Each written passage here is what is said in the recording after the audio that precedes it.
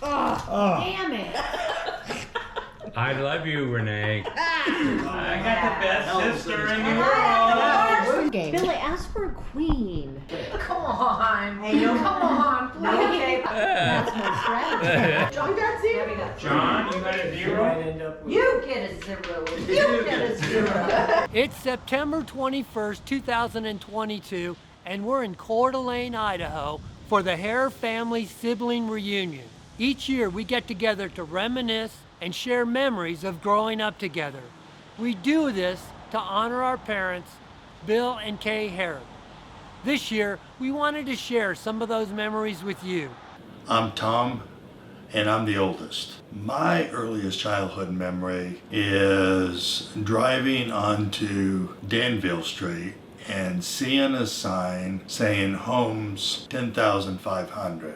Come to find out, the story is that my Uncle Frank asked my dad if he could borrow $1,000, and he asked him, what are you going to do with the $1,000? And he goes, I'm going to go buy me a home. And we ended up buying one 3 houses down on the opposite side of the street. My favorite early childhood memory was when we got our first television set, and I was about 5 or 6 years old, and we were living in Pico Rivera, and I knew Dad was going to go and buy the TV that day. I did not want to stay at school. Uncle Frank and Aunt Florence's kids, Patty and Lynn and Frankie and Barbie, they already had a television set. And I would go over there and watch Skip and Luke on the Mickey Mouse Club. And so I wanted my own television set. And when we got home, I remember just busting in the door of the Pico Rivera house, and there it was, sitting along the wall on the left-hand side as soon as you walked in the door. It was beautiful. Baseball, really. Playing baseball, Dad was our manager, and Tom and John and I were all on the same team. Dad took the team because he wanted all 3 kids to be on there. And he coached us for a few years with the White Sox and then the Little Yanks. I remember Dad working around the house and always having the baseball game on. Listening to Vince Scully, Jerry Doggett, Dodger baseball. I fell in love with baseball, and listening to baseball today, it's one of my favorite things to do. When my grandkids are doing it, it ties back to my dad, and it's a great memory. It's funny, my earliest childhood memory is actually not of Mom and Dad. It's of coming home from school when we lived down in Pico Rivera. All the doors were open in our neighborhood, and I remember going into our neighbor B. Stalter's house on the way home from school before I even went home. And I walked in, she welcomed me at the door and took me into her kitchen and made me some chocolate milk, which I knew I wasn't going to get at home. It's hard for me to think of anything before Bakersfield. When we arrived in Bakersfield and going to Grandma's and seeing plastic on the furniture, and first time I went down in the basement where she had a bakery, it turned on, or something turned on, and it went vroom, and it scared the living bejeebus. I still can't go down in a basement with any kind of a heater to this day. I just can't. My favorite memory of Mom is probably the day she saw my son Nick for the first time. Watching her watch me become a mother, that was a whole new bond, because she and I didn't get along sometimes while I was growing up. I was kind of a pain in her butt. She was enthralled with Nick, and she was so proud of me, and she thought I was a sweet mom, and we had a great time together. And they stayed about 10 days. Mom was one of those early adopters on the computer and stuff. We got to instant message back and forth. She was very considerate. She didn't want to instant message me too much ever during the day. She got to the point where she would always instant message me after 5 o'clock. I would always hang around work even a little bit after 5, just because I knew Mom would be there, and if she didn't text me or instant message me, I would instant message her. And we just check in with each other via instant messaging. And I just thought, this is so cool. We would talk almost every day. She'd just give me an update on what they were doing, what they were going to do. I loved watching her cook. She was just a master chef, and she could make anything from anything, and most of it tasted good. My favorite memory of Mom were birthdays. because Mom loved to bake, and she would bake our own cakes.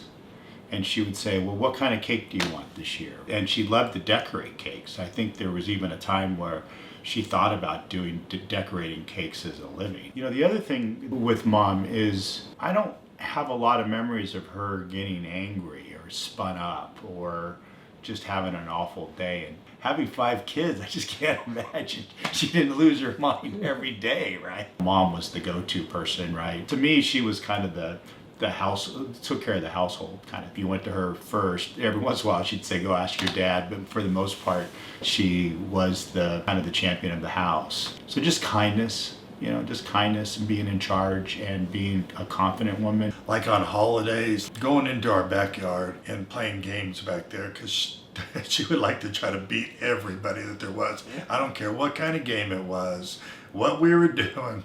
If she was the champion, I mean, she was like doing the victory dance. That's what I really miss of my mom. Mom had taken me to tap dancing lessons. The tap dancing teacher, I think after about 3 or 4 lessons, told Mom it probably wasn't a good idea to keep me in tap dancing lessons. I kind of had no rhythm. I told Dad that dancing was stupid, and he invited me to be the ball boy on Tom's baseball team. When I got to the field for the first game, he had gotten me a shirt that said ball girl.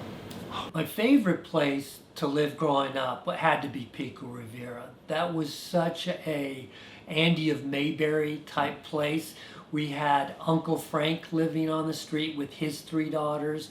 We had the Stalters that I mentioned, and we played baseball in the streets. We played kick the can in the summertime, and it was such a sense of community and family. My favorite place to live was probably on Danville Street. To this day, I really miss playing kick the can, playing out on the street with my parents and other families all gathered around at somebody's house. They're having a cocktail. I always remember trying to hit a baseball over a telephone line. That was the home run that you could hit, for all of the fun that they had right on that street with so many kids. My favorite place to live was probably Bakersfield, but Pico Rivera was a close second, and probably for the same reason. We had family so close by. You really get this sense from Mom and Dad of how strong family was and is to them and how important they were. And I think we have continued that. Family's very important to me, my kids, my grandkids. Living in Bakersfield, living in Pico Rivera, I really got that strong sense of family. But probably Bakersfield, because that was my high school years. I really enjoyed that. I made some lifelong friends with Brian and Dan. I had some really strong friends that they were great years. My favorite place to live was Pico Rivera. I loved every single one of the kids in the neighborhood. I loved all of the adults in the neighborhood. I loved the hill that we could ride down on our roller skates. I loved the fact that the dairy was up the road and we could go up to the dairy and get ice cream for 5 cents. I loved the fact that the rhubarb patch was in the back and we could go in the back, but mostly because we just had a million friends and everybody played on the street. We played kick the can and hide and go see. She was a very strong woman, and she always raised us saying, you can do whatever you set your mind to. You can actually achieve any goal if you just keep working at it and plugging it away. And it was that kind of determination she instilled. I really appreciate Mom for. And she taught me how to cook. She was a good person. She was a caring person. She was a nurturing person. You could always come up to her and talk to her about anything. When I say nurturing too, she was also right there to straighten you out if you weren't doing something right. And if you were doing something right, she always praised you for doing it right. But she was, another thing too, she was always around. And that's something that I wanted to instill when I got married. Somebody that would want to stay at home and be with the kids. That life's too short. I had early on marital issues, and I remember talking with Mom.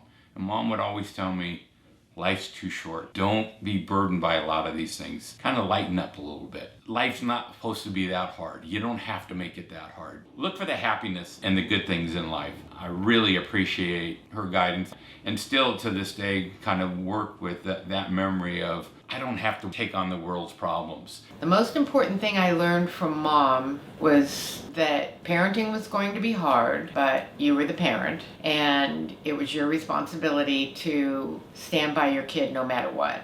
And she did.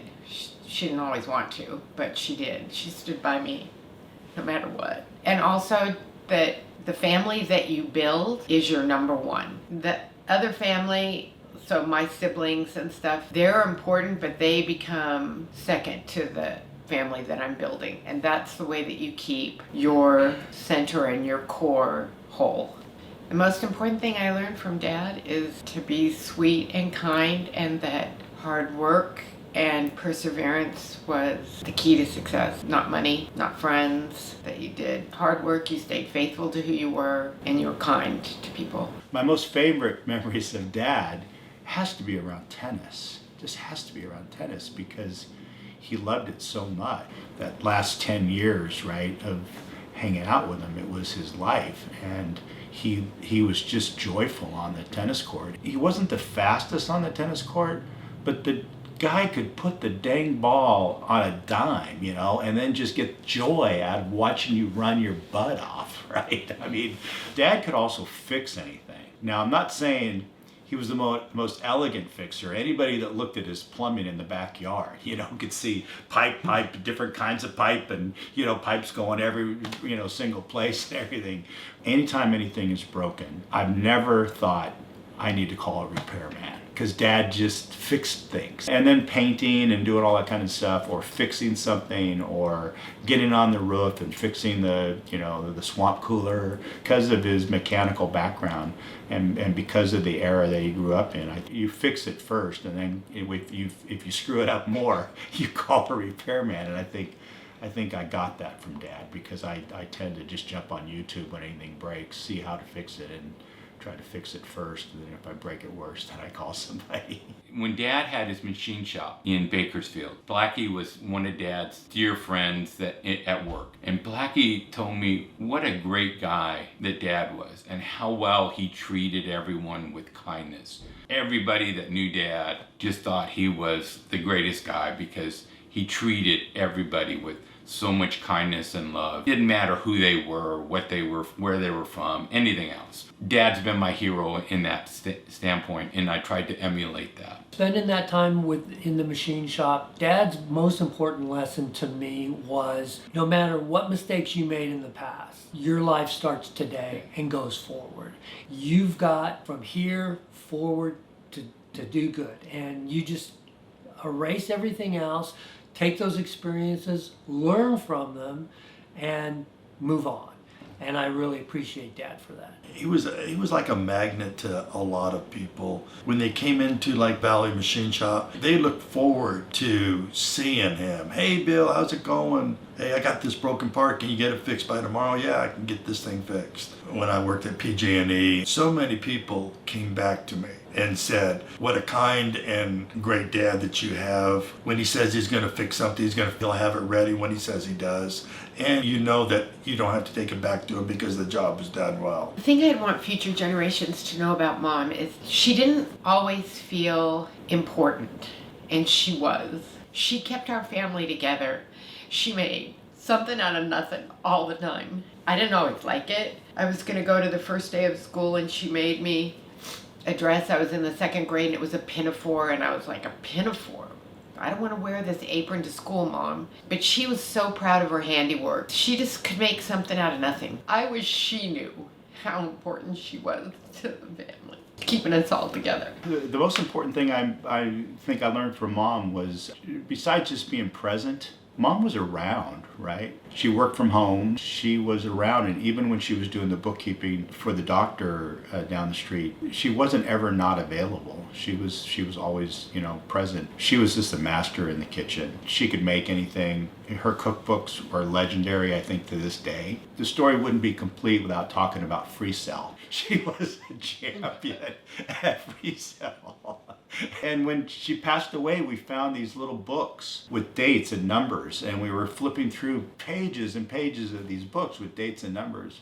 She had written down her high score in free cell for every single game. Mom wasn't afraid of learning computers. When the first PC came out, she didn't say, oh, I don't want to learn that. She loved technology, and she loved how technology was coming along and wanted to participate in that. Some of the things that I would like our future generations to know, let me start with Mom. The things that I've learned about Mom in doing the genealogy and doing the research weren't things that we ever really talked about. One, she was a very hard worker. She worked in the dry cleaning business with her mom and dad. And then she went on after high school and became the head promotionalist at Weebolt's department store. She ran a department with a dozen women. She was incredibly good at that. She had been written up in some of their newspapers about how good she was. And then when you kind of go on and you think about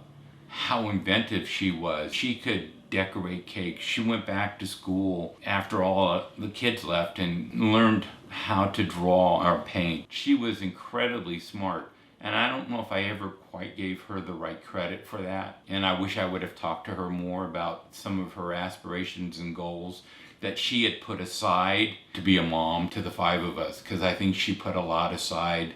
She loved computers. She was an early adopter. I think Jim helped her get her first computer, if I remember right. And she picked up computers extremely early on. She's just very smart and was very resourceful. Later on, 100 years down the road, and somebody said, what was Bill and Kay like? The first thing that comes to mind is hard work. My mom raised 5 kids, pretty much all by herself, because my dad was working, and she kept everybody in line. My dad worked numerous jobs to provide a decent living with a nice car, a vacation every year, going to church. He distilled into a family type of life. And you just don't see that anymore, where the mother and the father work as a blend together to make the best for their kids. I think I would want the archives, and for Dad's great-great-great-great-great-great-grandchildren that will hopefully somehow study history of themselves and try and figure out who they are and where they came from. Dad never felt sorry for himself, ever. He had a tough childhood. They were dirt poor. They lived a meager life, and yet if you asked him how his childhood was, he'd be like, pretty awesome. I had great brothers and great sisters. He loved his family. He loved his mom. What I would want future generations to know about William Edward Harrer is that he just never complained about anything. He just took life that was dealt with for him, and if it's okay to leave this in, his favorite saying was, just take the shits and parts and horrible parts. Live life to your fullest. Future generations, I think, would really appreciate all the things that Mom could do. I mean, she managed a household of 5 kids.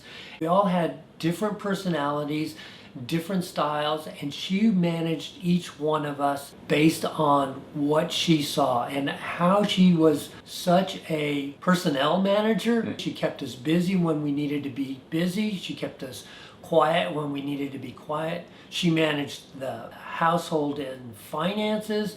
She managed the household in groceries and what we had. I don't ever remember going hungry, and there were some tough times in there, but Mom could do it all. Dad was a Marine, and I think what people really need to know about Dad is that he loved his country. He loved the American dream.